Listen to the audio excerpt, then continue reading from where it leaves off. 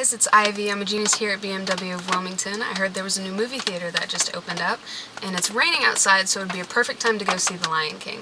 I don't know how to get there, so this would be a great time to show you the various ways to enter a destination into your iDrive 7.0.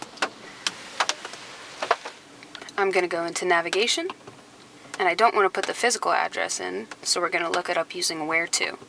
And you have a couple different options.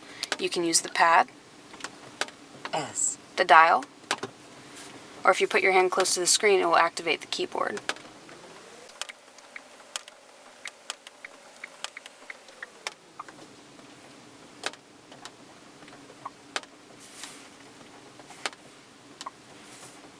please proceed to the highlighted route.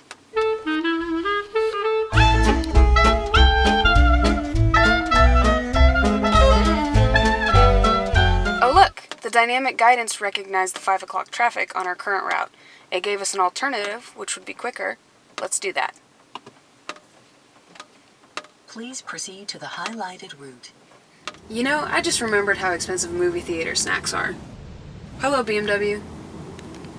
Take me to a gas station. Which one of these destinations? Then we're going to add it as a stop. There you go.